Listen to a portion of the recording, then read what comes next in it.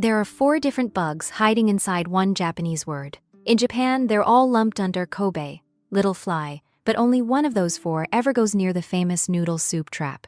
Use the wrong fix on the wrong bug and you can trap flies for a week and still watch more of them crawl out of your drain. My name is Mika Sato, and I've run a household of 7 for over 25 years without ever once calling in outside help.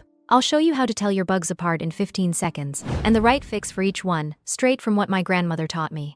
Kobe isn't one single bug. It's a nickname, the word most Japanese households use for almost any small fly that turns up in the kitchen or the bathroom. And that loose habit is exactly where the trouble starts. Underneath that one lazy word are about 4 separate insects, and each one eats different food, breeds in a different place, and dies to a different method entirely. Treat all 4 like one problem, and you'll solve maybe half of it, and never understand why the rest keeps coming back. These bugs show up all year. They surge the moment the weather turns warm and your counter fills up with fresh fruit and vegetables again. One of them lands on an overripe peach or a soft tomato, lays a batch of eggs right there on the skin, and about a week later, you're swatting at a small cloud every time you walk into the kitchen. The smart move is going after them before they get established, not after you're already fighting a cloud of them. Here's why it moves so fast once it starts. A single female fruit fly can lay 30 to 50 eggs in one sitting, sometimes closer to 100. And those eggs go from nothing to a flying adult in about a week to 10 days. Once the room passes about 20 degrees Celsius, the whole cycle speeds up even further, and a fly that hatches this week is ready to lay her own eggs only 2 or 3 days later. That's the real math behind a fruit bowl that looked fine on Monday, turning into a small cloud by the following weekend. Here's the 15-second test my grandmother Fumiko taught me before I even started school, and it still works exactly the same today in my kitchen in Sendai. Look at the body and watch how it moves. A tan or light brown body with red eyes, hovering low over the fruit bowl, the trash, or the sink. That's the fruit fly. Shoujobai in Japanese. A darker, almost black fuzzy little body, shaped more like a tiny moth, sitting still on the wall instead of hovering. That's the drain fly. Chobai. And it came up out of your pipes, not out of your fruit bowl. There are 2 more worth knowing by name, though they show up less often. A fast, erratic flyer that comes off the garbage is the forward fly, nomibai, and a vinegar trap will catch some of those too. And if the flies you're seeing hover only around your houseplants, that's the fungus gnat, kinokobai, coming up out of damp potting soil, and no trap you build is going to touch that one. To you, standing at the sink half asleep, both of these bugs look like the same annoying speck. But that one tell, hovering over food or sitting still on a wall, decides which method actually works. And getting it backward is exactly why so many people fight this same battle for months without ever winning it. My grandmother never used any of these 4 names in her whole life. She grew up in a farmhouse in Tono, where nothing ever got thrown away, and she simply watched which bug did what and matched her method to it, long before anyone bothered giving these insects official titles. Once you know your bug, the fight gets simple. Identify it, match the method to it, and then close off the place where it's actually breeding so it stops coming back at all. That noodle soup trap everyone talks about is a real, working method, and it belongs to exactly one of these 4 bugs. So let's start there, since it's the one you've probably already heard of, and the one that trips up almost everyone who tries it. Mentsuyu is a Japanese noodle soup base, dashi and soy simmered down into something dark, salty, and a little sweet, and it sits in almost every Japanese pantry, just like ketchup sits in an American one. It also happens to be one of the strongest fruit fly lures there is, and the whole trap is built out of it. Plus water, plus a few drops of dish soap you already own. It needs no insecticide and no trip to the store, just what's already sitting on your shelf right now. The reason it works is worth knowing, because it isn't just a smell trick. The fermented sweet salty smell pulls the fruit flies in close, the same way it pulls them toward an old bottle of soy sauce or a splash of leftover wine. Once they land on the liquid, the dish soap goes to work. Fruit flies breathe through tiny openings on their body called spiracles, and those spiracles are normally coated in a thin layer of oil that lets them sit on top of water without sinking. Dish soap strips that oil away in seconds, so instead of floating, the fly sinks straight to the bottom and drowns. That's the entire mechanism, and it's the fly's own body working against it. Building it takes about 2 minutes. Take a wide-mouthed cup, a jar, or the bottom third of a cut plastic bottle, and a light-colored or clear one works better. Since the flies are drawn to the reflection, fill it about 1 centimeter deep with equal parts water and mentsuyu. Then add 2 or 3 drops of dish soap and nothing more. More soap doesn't mean more killing power, It just covers up the smell that was drawing them in, so the fly never lands in the first place. Set it near wherever they're gathering, by the trash can, the sink, or the fruit bowl, and let it sit. I keep 2 or 3 of these cups going in my own kitchen through the warm months, one by the trash can, one near the sink, and one tucked behind the fruit bowl, since flies gathering in one corner of a kitchen rarely bother crossing to the other side of the room. A clear glass catches the light from the window and pulls them in faster. I always reach for glass or a pale bowl before anything tinted or opaque. If you don't keep mentsuyu on hand, plenty of things from the same shelf work just as well. Rice vinegar pulls in both fruit flies and the faster phorid flies. Leftover beer, wine, or cooking sake works too, and so does honey or mirin. Every one of these works for the same reason, because a fruit fly is chasing something sweet that's just starting to turn, the same smell that used to drift out of a root cellar, and it can pick that smell up from much farther away than you'd ever guess. For a stronger pull, some households mix what's basically a cocktail trap, combining mentsuyu, vinegar, and a little alcohol together undiluted, which throws off a much stronger smell and catches more flies, faster. I've watched a cup mixed that way catch more in a single evening than a diluted one catches in 3 days, which matters early on, before the population has had a chance to build. Just remember it needs replacing every 2 or 3 days instead of the usual week. A stronger trap breeds just as fast as it catches. There are 2 easy ways to build on the basic cup if you want the flies to stay put once they've landed. Cut a plastic bottle about 1/3 of the way down from the neck, turn that top piece around, and press it back into the bottom section so the narrow spout points down into the liquid. A fly can walk down through that funnel easily enough, but it almost never finds its way back out through the same narrow opening, so it just stays where it landed. Or use plastic wrap instead. Stretch it over the top of your dish and poke a few small holes in it with a toothpick, and it does the same job. Honestly, leaving the cup open works fine too, since most of them never fly back out once they've landed. Here's a small thing that changes how you'll look at every fruit fly trap sold in stores from now on. Those cute apple-shaped traps on the shelf at the hardware store are built to look clever, but crack one open and the liquid inside is, almost always, plain vinegar. The plastic apple is the whole sales pitch. A cup of vinegar and a drop of dish soap does the identical job for pennies, using something you already own instead of something wrapped in plastic and sold back to you. Now, the part that gets skipped in almost every video on this topic, and it's the reason a trap can end up making your problem worse instead of better. Replace the liquid every 7 days, or every 2 to 3 days if you mixed it undiluted for extra strength. Leave it much longer than that and the flies you've already caught start laying eggs right there in the liquid, and you end up breeding more flies than you're killing. And whatever you do, never pour a used trap down the drain.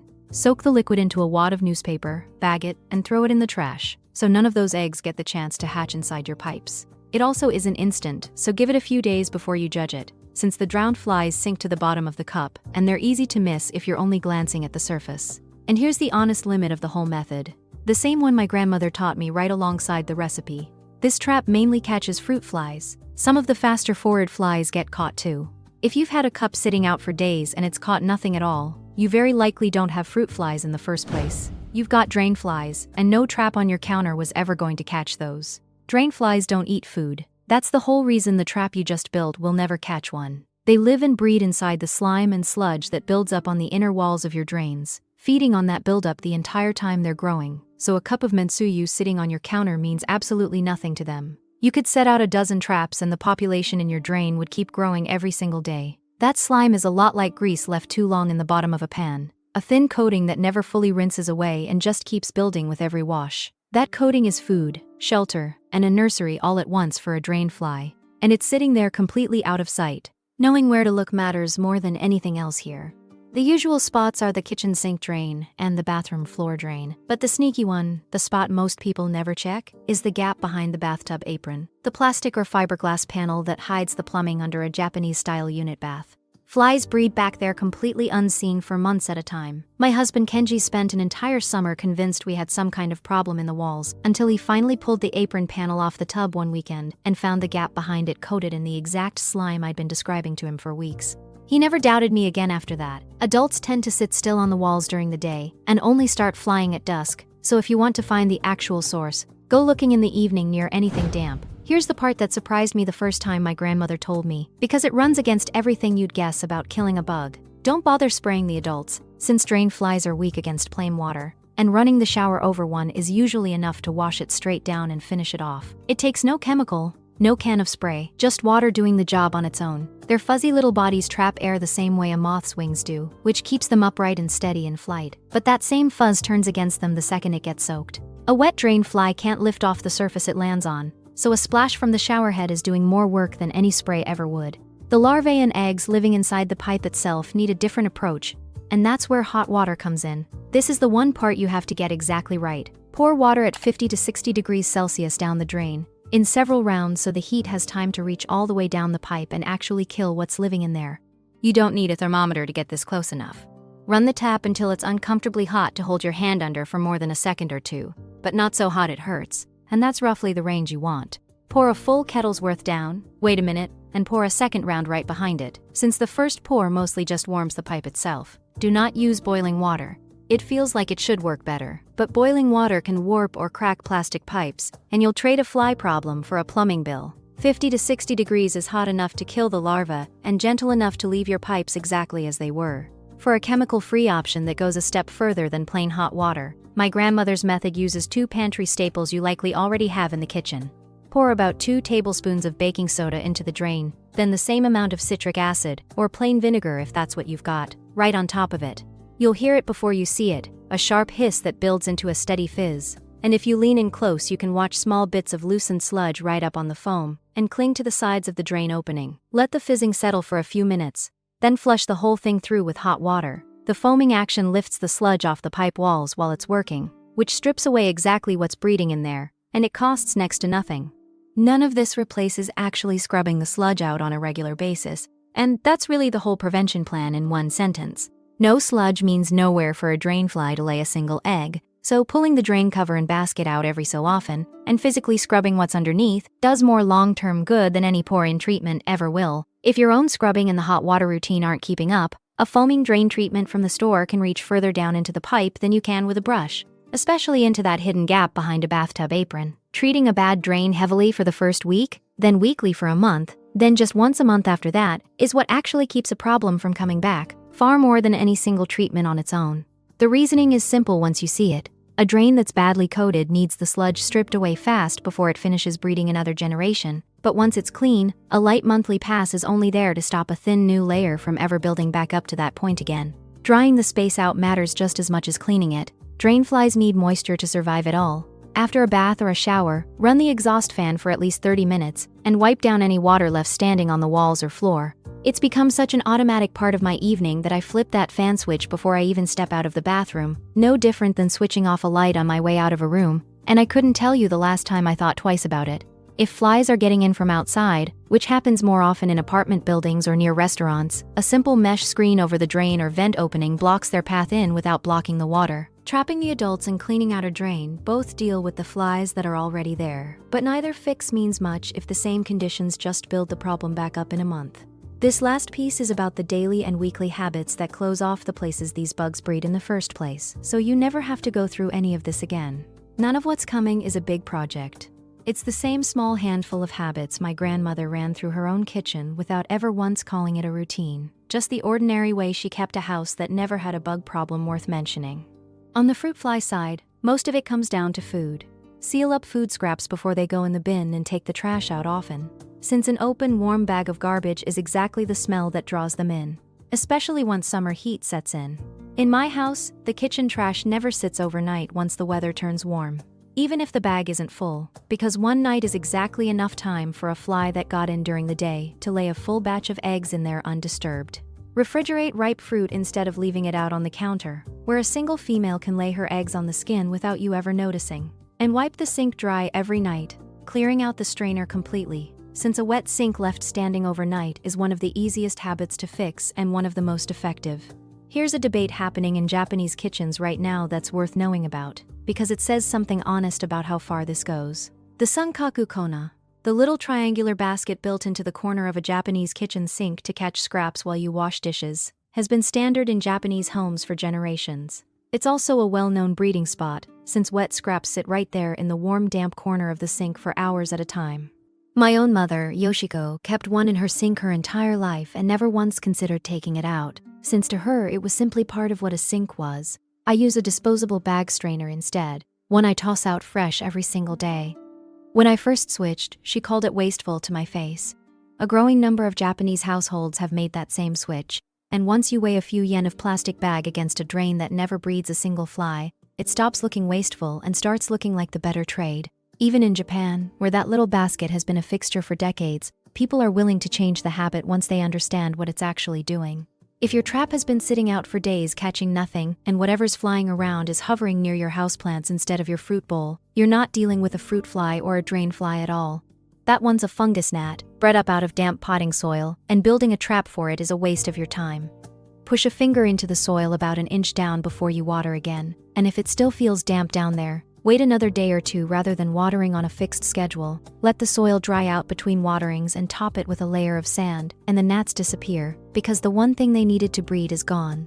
Keep your windows and screens shut where you can, since these bugs slip through gaps you'd never think to check, and once a few get inside during warm weather, they can breed fast enough to turn into a real problem within days. Check that the screens actually sit flush in the frame too, since a gap along one edge is all it takes, and it's an easy thing to miss until you're already dealing with the flies it let in. None of these habits take more than a minute or two on their own. What actually keeps a kitchen clear isn't any single one of them. It's doing all of them without having to think about it anymore. Exactly how my grandmother never thought of her own routine as a system at all. She just called it keeping a clean kitchen, and she was right. That's the whole thing. One word hiding 4 bugs. Find out tonight which one is on your wall or in your fruit bowl. Mentsuyu for the one that hovers, hot water for the one that sits still. My grandmother never had a name for any of it. She just knew which bug to catch and which one to clean out of a pipe. Tell me in the comments which one you found.